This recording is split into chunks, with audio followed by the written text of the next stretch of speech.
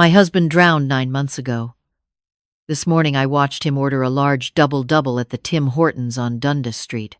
I had been standing in line behind a woman with a stroller, holding my own coffee and thinking about nothing more significant than whether I needed bread before driving home. The Sunday crowd moved slowly, the way it always does after the early church service lets out. November light came flat through the windows. I was not paying attention to anything in particular. That is the only way I can explain why it took me a full 10 seconds to understand what I was seeing. He was standing at the pickup counter with his back to me, broader than I remembered, or maybe the winter jacket made him seem that way. Silver hair cut short, the same way he had worn it for the last 15 years of our marriage because I once told him it suited him and he never changed it after that. He was laughing at something the young man behind the counter had said, and the sound moved through the room and landed in my chest like something thrown hard. My coffee cup hit the floor. The woman with the stroller turned. People looked. Someone crouched down to help me. But I was already moving, stepping over the spreading puddle, closing the distance between us before I had formed a single coherent thought. He turned when he heard the noise, and I saw his face. 43 years of marriage teaches you things no one else could ever know. The small hollow beneath his left cheekbone. The way his eyes creased differently on each side when he smiled. The scar that ran along his jaw from a hockey game in 1987 that he always described as worse than it was. Every detail was exactly as I had memorized it, because when you lose someone, you memorize them without meaning to. You carry their face the way you carry your own name. He looked at me with polite confusion. "I think you dropped something," he said. My voice came out quieter than I expected. "Richard." Something moved behind his eyes. Gone before I could name it. He shook his head slowly, already reaching for his cup. "Sorry. Wrong person. Your name is Richard Allen Mercer," I said. "You were born in Kingston. You coached minor hockey for 11 years. You have a scar on your jaw from a pickup game at Herb Carnegie Arena, and you told every person who ever asked that it was from a tournament in Sudbury." He had gone very still. "You take your coffee with 2 creams and no sugar, because you gave up sugar in 2019, and you were unbearable about it for 6 months. People nearby had stopped talking. The young man behind the counter was watching with wide eyes. "I do not know who you are," he said carefully, "but I think you may need some help." He picked up his coffee and walked out the door. I stood in the middle of that Tim Hortons while a teenager mopped up my spilled coffee and a woman touched my arm and asked if I was all right. I said yes.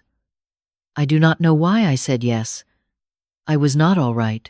I was standing in a body that no longer recognized the floor beneath it, watching the door swing shut behind the man I had buried in September. I had been in the water when they told me. That was the terrible irony of it. My sister-in-law had driven up from Hamilton and found me in the backyard of our Oakville home, pulling up the last of the garden, because I had not known yet that there was any reason to stop. She came around the side of the house, and I saw her face, and I knew before she opened her mouth. The OPP had found the boat drifting near the Niagara Peninsula. No sign of my husband. They said the water temperature that week had been severe.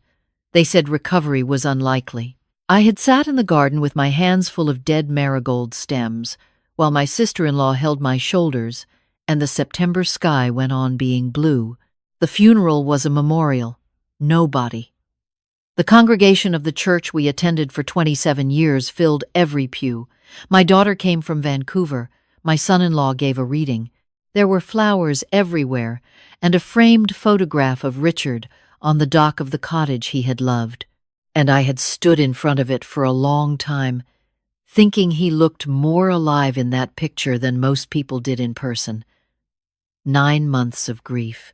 9 months of the particular silence that fills a house when the person who made most of the noise is gone. 9 months of sleeping on my side of a bed that had become enormous, 9 months of cooking portions I no longer needed, and finding his reading glasses in places I had not expected, and standing in the grocery store at 11 in the morning on a Tuesday because there was no longer any reason to organize the Hortons day around someone else's schedule. And then a Sunday morning at a Tim Hortons on Dundas Street. I sat in my car in the parking lot for a long time before I started driving. My hands on the steering wheel were shaking in a way I found almost interesting, as if they belonged to someone else. I thought, grief does things to the mind. I had read that somewhere in one of the pamphlets the counselor gave me. Bereavement can manifest in unexpected ways. The mind seeks patterns, seeks the familiar, and sometimes manufactures what it cannot accept losing. I believed that for approximately 4 minutes. Then I remembered the way something had moved behind his eyes when I said his name. He had recognized me. I was certain of it, and the certainty settled into my bones with a coldness that had nothing to do with the November air. I did not go home. I drove back to the Tim Hortons and sat in the parking lot and watched the door. After 20 minutes he had not come back out, which meant he had left in the time I was sitting in my car falling apart. I drove slowly up and down the surrounding streets the way I imagined a person might if they had any idea what they were doing. I did not. I was 63 years old, and I had never followed anyone in my life, and I was operating entirely on a kind of terrified instinct. I did not find him that day. I drove home and sat at the kitchen table until the light changed. Then I did something I had not done since the funeral. I went to the box at the back of the closet shelf, where I had put every document and card and photograph I could not bear to look at, but could not bear to throw away. I opened it, and I spread things out across the table, and I looked at my husband's face in every photograph we had taken together across 43 years of marriage. The man at the Tim Hortons was the same man in every photograph. I was not inventing this. I called my daughter. She answered on the third ring with the particular wariness children develop for their widowed parents' late calls. "Mom, what's wrong?" I told her what I had seen. There was a silence that went on long enough for me to understand she was arranging her face, the way she had learned to do when she needed to manage me carefully. "Mom," she said, in the voice she used when she wanted me to hear that she was being patient, "you've been through something enormous. Your mind." "I know what my husband looks like," I said. "You know what grief looks like. It looks like him. He had the scar. The exact scar." Another silence. "Scars aren't unique to one person." "He recognized me," I said. He controlled himself, but I saw it. There was a moment. She asked me if I had eaten today. She asked if I had slept well.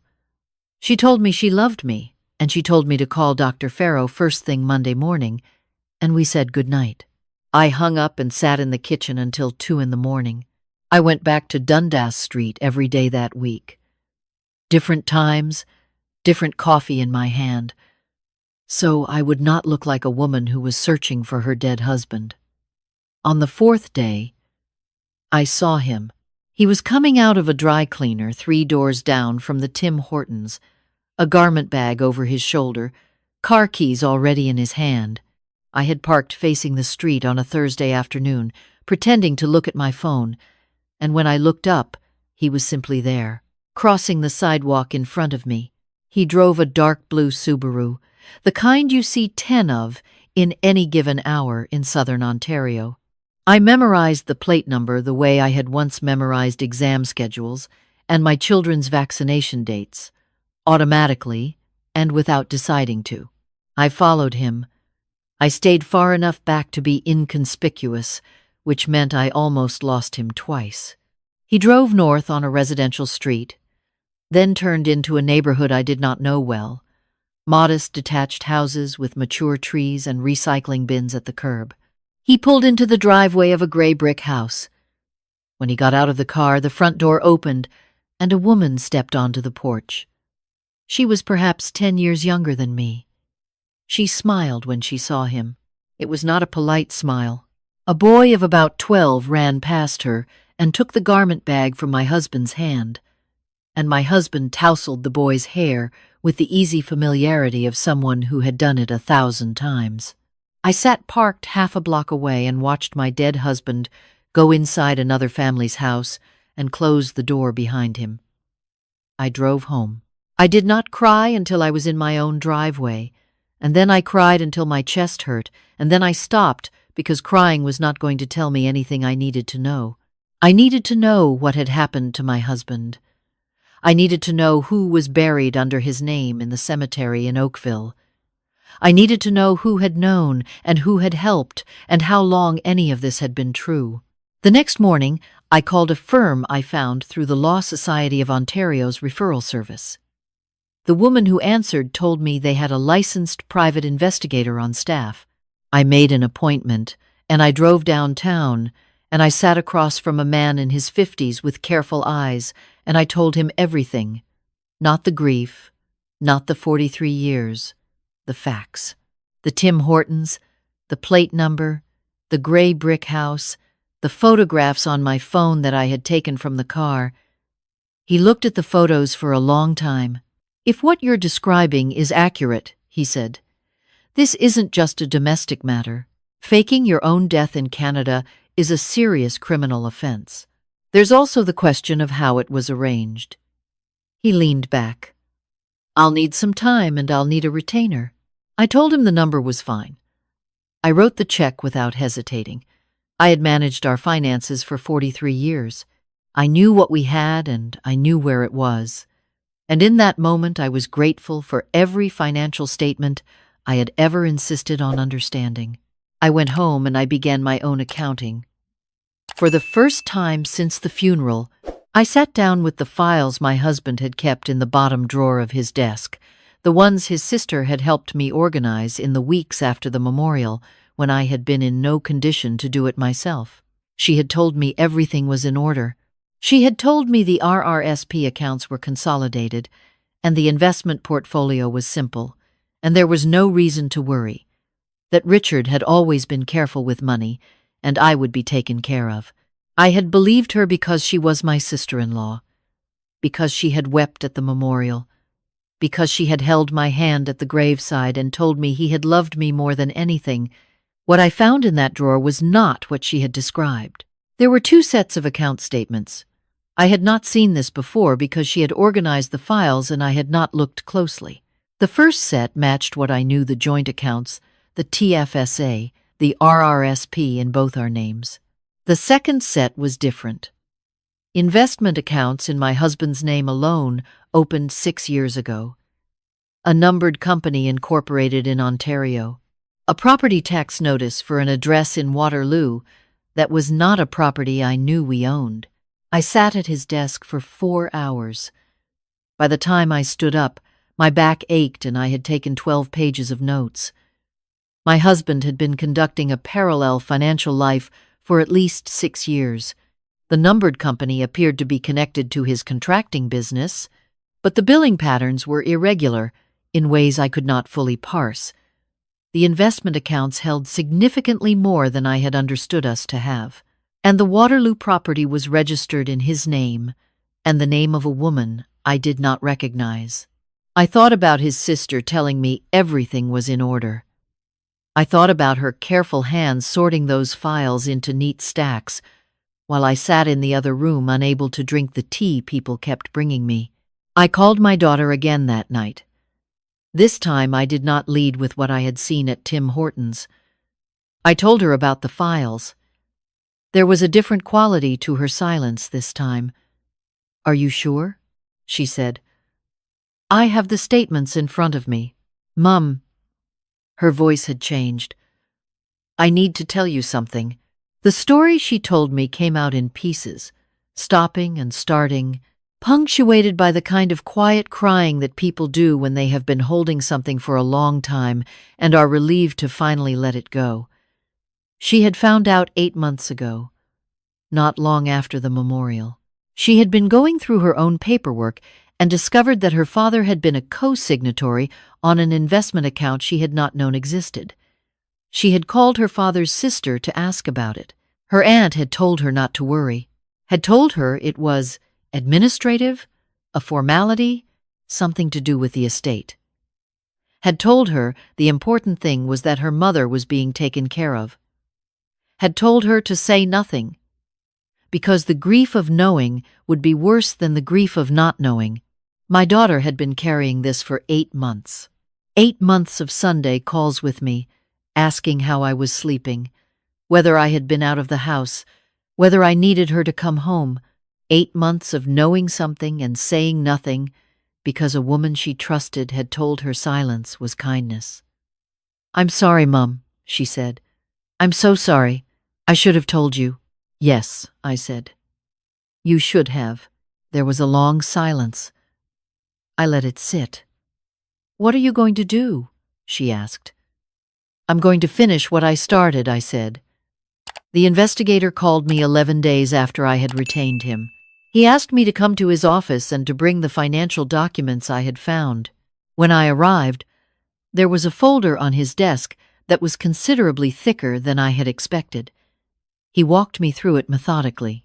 The man living in the gray brick house on the residential street north of Dundas was currently known as David Merritt.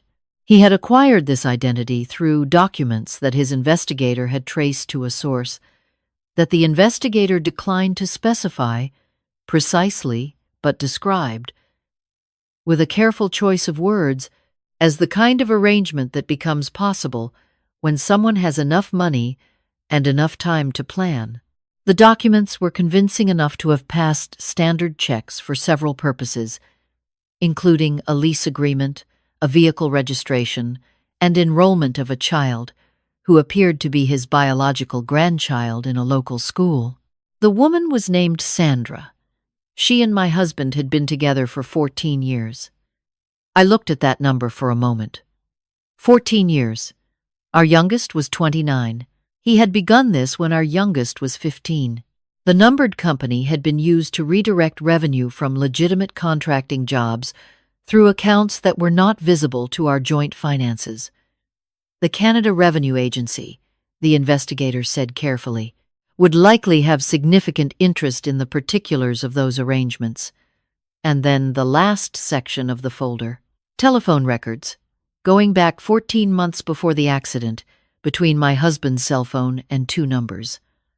One was Sandra's, one was his sister's. Not occasional calls, regular, long, frequent calls. His sister had not simply organized the files after the memorial. She had known before it. I closed the folder. "What I've given you here," the investigator said, "is enough for a formal complaint. The fraud implications alone make this a matter for the RCMP Financial Crimes Unit. The false identity, the document forgery, the asset concealment, this is a significant case." I sat with my hands folded in my lap and looked at the window. Outside, the street was ordinary. A parking enforcement officer was writing a ticket. A woman walked by with a dog. The city was going about its business. "What about the grave?" I said. He nodded slowly. "There's a person buried there. A man. We believe he was real. The circumstances of how that was arranged are something the authorities will need to investigate more thoroughly than I can. But the records point to an individual who had no family locally and whose death was ruled accidental." I thought about the memorial service, the framed photograph, the flowers, my daughter giving a reading in a voice that did not break, because she was braver than I was. I thought about the night I had gone alone to that grave, after everyone else had left, in the dark, in September, and spoken out loud to a person I believed was there. There was no one there. I drove home and made dinner I did not eat, and sat in the kitchen until the clock on the microwave read 11:47. Then I went to my husband's desk, not to look at documents this time, but because it was where I felt most clearly the shape of what I had to do. I thought about 43 years of assuming the best, of explaining away the long absences because the contracting business required travel, of being grateful that he came home at all, the way you are grateful for things you have been made to feel uncertain about keeping, of being told, implicitly and in 100 small ways, that the life we had was a gift he was giving me, and not something we had built together from equal parts. I was done being grateful for things that were already mine. In the morning, I called a lawyer. Not the estate lawyer who had handled the will, a different one, recommended by a woman I knew from the school board who had once described her as someone who did not lose. I told her everything over 2 hours, with the financial documents spread on the conference table between us. She listened without interrupting. When I finished, she looked at the documents and then looked at me. "The asset concealment alone gives you strong grounds for full recovery," she said. "The false death adds a criminal dimension that frankly works in your favor civilly, because it invalidates any arrangements made on the assumption of his death. Everything that was transferred or restructured after the memorial can be challenged." She paused. "I need to ask, is there any part of you that wants to manage this privately?" I looked at her for a moment. "No," I said. She smiled, the small, focused smile of someone who has been waiting for exactly that answer. "Good. Then let's talk about who else knew." We talked about his sister for a long time. That afternoon, my lawyer filed a report with the RCMP. Financial crimes, identity fraud, document forgery, the name David Merritt, the address in the north end of the city, the numbered company and its associated accounts, everything. I want to say I felt something momentous when I walked out of that office. I did not. I felt very calm, the particular calm of someone who has been frightened for a long time and has finally reached a place where there is nothing left to fear. The worst thing had already happened. Everything now was simply the world adjusting itself to the truth. His sister called me 3 days later. I had not contacted her. She must have heard something, through whatever network of knowledge she had been operating in all these years, because the call came at 7 in the morning, and her voice, when I answered, had a quality I had never heard in it before. "I need to explain," she said. "You can explain," I said to my lawyer. I ended the call. I sat with the phone in my hand for a moment, looking at her name on the screen, thinking about Christmas dinners and summer weekends at the cottage and 20 years of birthday cards and the afternoon in September when she had stood in my garden and told me my husband was gone. I thought about whether what I felt in that moment was grief or anger or some third thing that did not have a clean name yet. I set the phone face down and went to make coffee. The RCMP moved faster than I had expected. My lawyer called me on a Friday to tell me that a warrant had been executed at the gray brick house. No details yet, but contact had been made. I stood in my kitchen and held the phone and looked at the elm tree in the backyard that my husband had planted 20 years ago when we moved in, the one he had always said would outlast us both. I decided to go myself on Saturday morning. I drove to that street and parked in front of the gray brick house. Not down the block, not hiding. I parked directly in front, and I walked to the door and I rang the bell. Sandra answered. She looked at me with the expression of someone who has been told a version of this moment might come and has been dreading it. "I'd like to see him," I said. "He's not here," she said, and her voice was completely flat. She was not hostile. She looked, I thought, exhausted. "They came yesterday. He went with them." I nodded. I had expected this. "I want you to know," she said suddenly, "that I didn't know about you, about any of it, for a long time." She stopped, and then I found out and I chose not to ask questions, and I have been living with that. I looked at her for a long moment. She was younger than me, and she looked like someone who had not slept in several days, and none of what was happening to her was something she deserved. "You should get a good lawyer," I said. "The accounts in that property's name will be frozen." You'll need advice." She stared at me. I think she had expected something else from me. I am not entirely sure what. Fury, perhaps. Or tears. I had spent 9 months using up most of what I had of both. "I'm sorry," she said. "So am I said. And I meant it, because I was. Not for what I had done, not for a moment, but for the arithmetic of it, the way one person's deception had cost everyone around him something they had not agreed to pay. I walked back to my car. Behind me, I heard the door close softly. My husband appeared before a justice of the peace the following week. The charges were significant, and they were real.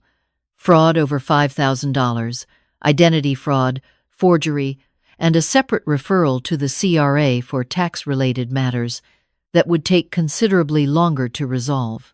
My lawyer told me the document forgery charge alone carried a potential sentence of 10 years, and the financial fraud charges compounded that considerably.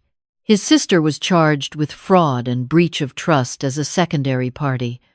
Her lawyer issued a statement. I did not read it. My daughter flew home from Vancouver for a week. We did not talk as much as I had expected. We cooked together instead, the way we had when she was a teenager, and the kitchen had been where we understood each other best.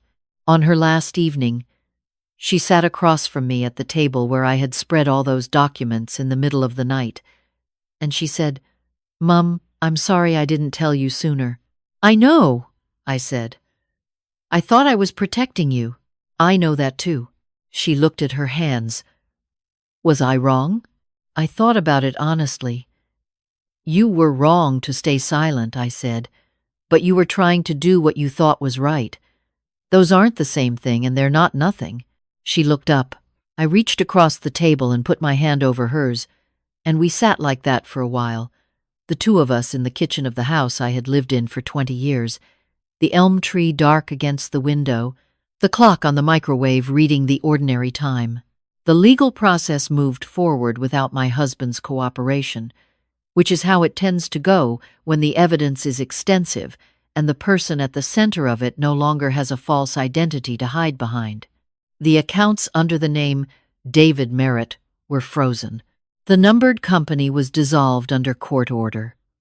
The assets that had been redirected over the 6 years of documented concealment were subject to recovery proceedings that my lawyer described, with some satisfaction, as unusually strong. The Waterloo property, registered in Sandra's name, was a more complicated matter and would take longer. I was patient. I had learned patience the hard way over 9 months of practicing it in a house full of silence. I went to the cemetery on a Tuesday in March, early enough in the morning that no one else was there. The grave had my husband's name on it, and beneath it the dates of his real life. I stood there in the thin March light and looked at it for a long time. There was a man buried there. His name was not the name on the stone. His family had been paid to allow this, and whether they had fully understood what they were agreeing to was something I did not know and could not judge. He had been a person with a history, and he had died alone in a hospital under a name that was not his, and no one who had known him had been there. I thought about that for a while. I did not know what to do about the stone. My lawyer said the courts would likely order an amendment, eventually. I left a small bunch of flowers I had brought, without quite deciding to. Not for my husband, for the man whose name should have been there instead. On the drive home, I stopped at the Tim Hortons on Dundas Street. I stood in line and ordered a medium coffee with milk, and I took it to a table by the window, and I sat there in the Sunday morning light drinking it alone. A woman nearby was reading something on her phone. 2 older men at the counter were talking about the Leafs, which is something older men in Ontario have been doing with varying degrees of disappointment for as long as I can remember. A child knocked over a cup and laughed instead of crying, and her father picked her up and set her back on her feet. I sat there and let the ordinary morning move around me. Somewhere in the past 9 months, without my being fully aware of it, I had stopped being the woman who was waiting for her life to go back to what it had been. That life was not coming back. The woman I had been inside of it was not coming back either. I was someone slightly different now, harder in some places and more honest in others, acquainted with losses I had not chosen and choices I had. I had chosen not to be erased quietly. That had cost me things, the version of grief that ends cleanly, the relationship with my daughter that will need years to fully heal, the image of a man I had loved for 4 decades that no longer corresponded to anything real. It had also given me something I had not expected to find on the other side of all of it, a solid and somewhat austere sense of my own clarity. I know what is mine. I know what was taken.